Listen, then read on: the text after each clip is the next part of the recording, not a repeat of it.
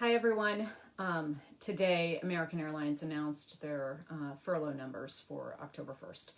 And this comes on the heels of other announcements from other airlines. And I just wanted to get here right away and let you know that we are not giving up for even a second. I want you to remember back in March when we said that this is a crisis. This is a crisis like none we've ever faced before.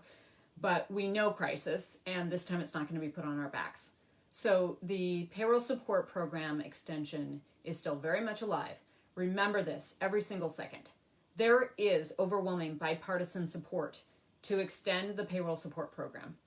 And if we get that in place, then none of this host of horribles happens on October 1st. And that's what we have to keep fighting for, because when the CARES Act was put in place in March, no one thought that we would still be in the middle of this pandemic, in the middle of this crisis, and the temporary funding was in place, expecting that by now we'd be on the road to recovery.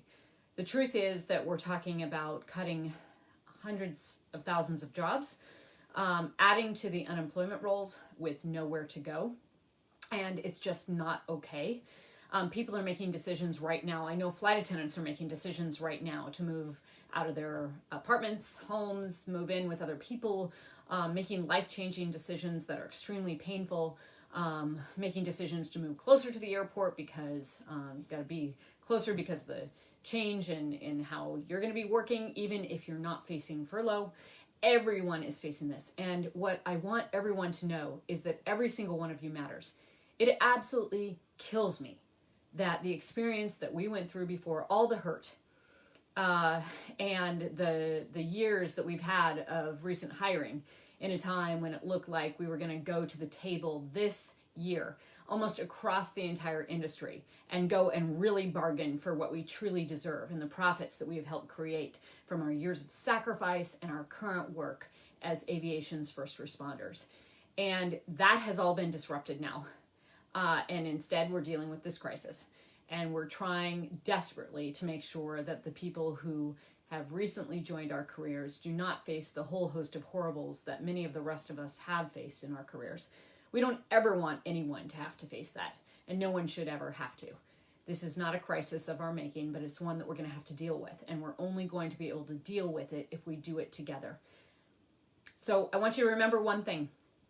When you think any ugly thoughts about a coworker, that is the union buster at work. There are people who in a crisis want to profit, and there are people who will profit if our airlines go into bankruptcy.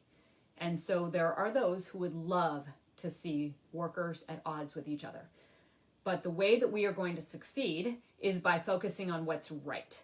And what's right is for Congress to get this relief package done.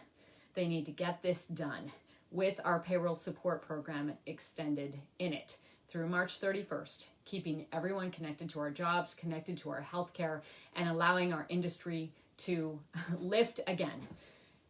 And it's important. It's important because right now, we can't fly to anywhere else in the world as Americans. As crews are still working flights, but a very small number of flights. And when the rest of the world gets this virus under control and is able to get back to flying, our industry better be ready to compete. We've got to keep ourselves together. We've got to keep ourselves whole, and we've got to keep our airline industry in a position to be able to lift the rest of our economy and keep our standing around the world so that we have access to all of the things that we've traditionally had access to, so that we have a future in our careers. This matters to every single flight attendant. I just want to remind you that this is about no involuntary furloughs. This tells the airlines what they can and cannot do. They must spend the money on us, on our payroll, on our jobs, on our health care, on our retirement. They must do that. They cannot reduce the amount of hourly rates that we have. This sets certain standards in place, and we've got to get it extended. And the people out there who are saying that this is another bailout for the airlines, we know different. So we've got to fight back, and we've got to have each other's backs and understand that we can get this done. So we are right now working on events all over the country Flight attendants are conducting events at local congressional offices. All you have to do is sign up, get a group of people together. We will help you with all the messaging. We'll help you with the signage. We'll help you with how to approach this and make it positive. And we'll help you with the media calls to bring attention to it. We're also working on an event right here in our nation's capital. We are not going to let Congress go without taking action that we need and that the American public needs. So I want you to continue to say with me, relief now. Hashtag relief now. We can expect this of our representatives, and there is agreement right now. There is no reason that Congress should not act for us and for the rest of the American public. Because at the end of the day, too, we need our entire country to be strong, because we need people to be able to buy tickets as well. So, listen, please take care of each other. We're going to keep working here. We're continuing to work here. You need to keep up your calls. You need to keep telling them that there's no reason that they should be on vacation when they should be getting this relief done now. So keep the faith, stay strong, and take care of each other. Be kind to each other, because we're all going through crisis right now, and we all need to have each other's backs. Love you all, and stay safe.